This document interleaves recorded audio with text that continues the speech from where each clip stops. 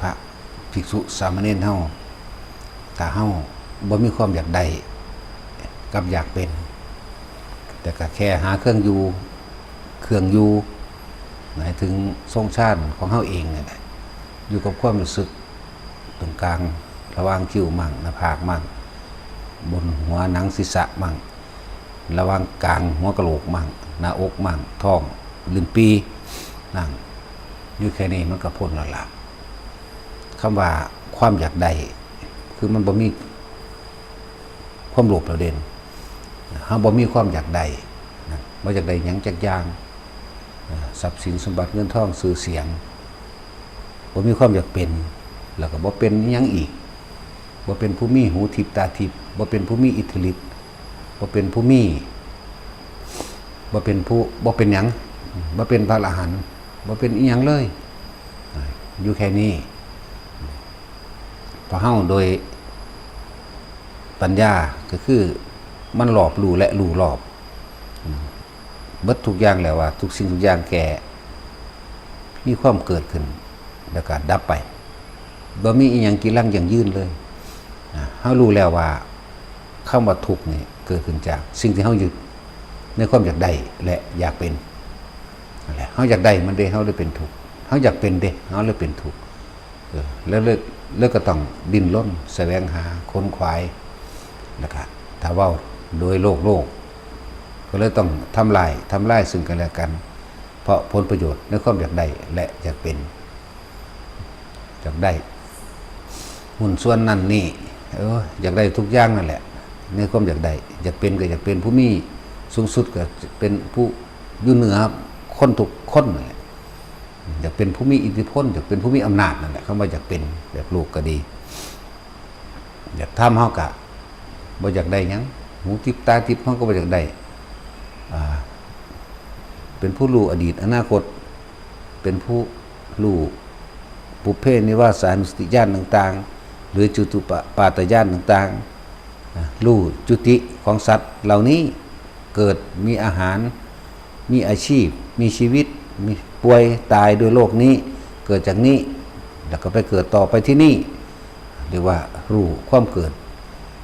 และความเป็นไปของสรรพสัตว์อันอื่นใดก็สร้างก็บ่สิมีความหมายอีหยังว่าบ่จำเป็นต้องไปหาจากใดบ่จำเป็นต้องไปหาจากเป็นหยังอยากได้หูทิพตาทิพอยากได้อ่านวราจิตอยากได้อยากรู้กำเนิดหมู่สัตว์ต่างๆนี่ก็บ่ต้องอยากเป็นใดๆทั้งสิ้นบ่จะต้องไปเป็นดอกผู้มีฤทธิ์บ่ต้องเป็นดอกพระอรหันต์อย่างว่าเดี๋ยวเฮาก็อยู่กับปัจจุบันของเฮาเองความอยากได้คืออดีตความอยากเป็นก็คืออดีตมันยังคือว่าคืออดีตอยากได้ไปได้ยินได้ฟังมาแล้วอ่านมาแล้วบันทึกสัญญาไว้แล้วเดี๋ยวก็ดิ้นรนแสวงหาในความอยากได้ในอยากเป็นเมื่อมีอดีตก็ต้องมีอนาคตเกิดจากอดีตทุกข์เกิดจากสุขรักหรือเกลียดเกิดจากรักพอใจหรือไม่พอใจเกิดจากความพอใจแต่เฮาอยู่ตรงกลางมันได้เนี่ยมันก็สบายบ่มีอีหยัง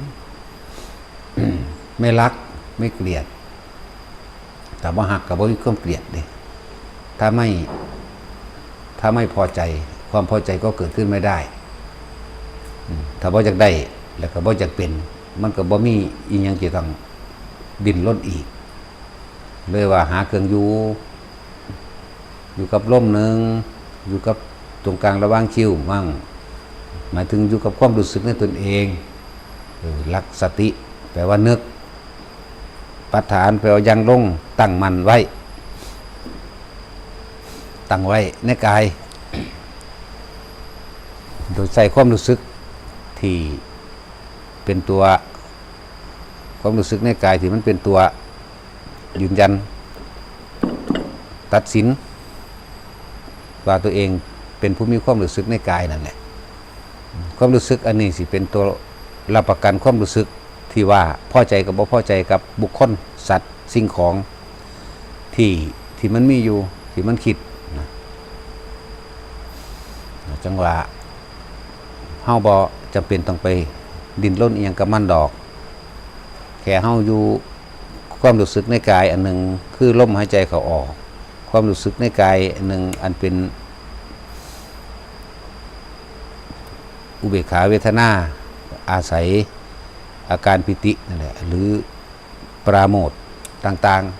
ๆปิติปราโมทย์ความอิ่มเอิบที่เป็นเครื่องบอกให้เฮาฮู้ว่าตอนนี้เฮายังมีความรู้สึกที่อยู่ในกายตัวของเองเฮาบ่ไปติดอยู่ในกายผู้อื่นเฮาบ่ไปติดอยู่ในวัตถุสิ่งของผู้อื่นบ่ว่าบุคคลบ่ว่าสัตว์บ่ว่าสิ่งของนั่นแหละจังว่าเป็นภาวะที่มันทุกข์ก็เป็นภาวะความอยากได้แล้วก็อยากเป็นมันก็เลยดิ้นรนแสวงหาอดีตแล้วก็หาอนาคตนึงเด้หาอดีตหาอนาคตคนเฮาอยากเป็นนั่นถึงเป็นนี่เพราะว่าจดจำไว้แล้วในอดีตบ่แม่นอดีตชาติที่แล้วเด้อดีตนี้ละอดีตจำไว้โอ้อยากเป็นตำรวจอยากเป็นทหารเด้อยากเป็นอันนั้นเด้อยากเป็นอันนี้จากอันนี้ได้ฟังได้รู้ได้บอกจดจำแล้วดิ้นรนค้นขวายไปในอนาคตนั่นแหละถ้าเฮาเข้าใจทุกสิ่งทุกอย่างในโลกนี้หาความจริงยั่งยืนบ่ได้มีแค่เกิดกับดับแล้วก็ประคองชีวิตไว้เพียงแค่รอวันตายนี่อยู่กับลมมั่งอยู่กับความรู้สึกในกายตัวเองมั่งแค่นี้มันก็พ้นแล้วเด้สุดยอดของปัญญาคือเห็นอนิจจังเห็นอนัตตานึงบ่มีอีหยังที่มันสิมั่นคงเจริญหรือสืบที่บ่พังทลายได้บ่มีแต่เกิดขึ้นดับไปคนก็ตามสัตว์ก็ตามแม้กระทั่งโลกนี้เกิดได้โลกนี้ก็ดับได้ศาสนาของพุทธศาสนาหรือธรรมะที่พระพุทธเจ้าได้นำมาแสดงองค์นั้นพุทธเจ้ากัสสปะพุทธเจ้าแต่ละองค์ที่นำมาก็เกิดดับเป็นยุคไปเป็นตอนไปเด้แค่นั้นแหละแม้พระพุทธเจ้าโคดมเฮาเจริญหรือเกิดตรัสรู้แล้วสั่งสอนแสดงธรรมแล้วสุดท้ายนี่ก็ดับเหมือนกันอันตรธานหายไปหมายถึงคำสอนหมายถึงบุคคลปฏิบัติก็เหมือนกันแต่คำว่าความจริงมันก็มีอยู่คงเดิมมันนั่นแหละขึ้นอยู่กับว่าพอให้สิไปคนพบคนพ่อนั่นแหละคำว่าความจริงคงเดิมคือสิ่งใดสิ่งหนึ่งเกิดเป็นธรรมดาสิ่งหนึ่งก็ดับเป็นธรรมดาสิเป็นจังซี่แต่ว่าบ่มีผู้ใดคนพบคนพ่อนั่นแหละ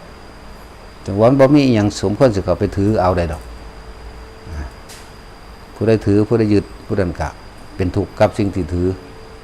ในความอยากได้และอยากเป็นนั่นเองฉะนั้นหมู่พระเฮาอยู่ง่ายๆโลดอยู่อ่านหนังสือมั่งท่องบนจดจำคำสอนพระพุทธเจ้าไว้มั่งอยู่กับความรู้สึกในกายในลมมั่งในอุราลมมั่งอยู่แค่นี้แหละอยู่ไปซ้ำตายนั่นแหละ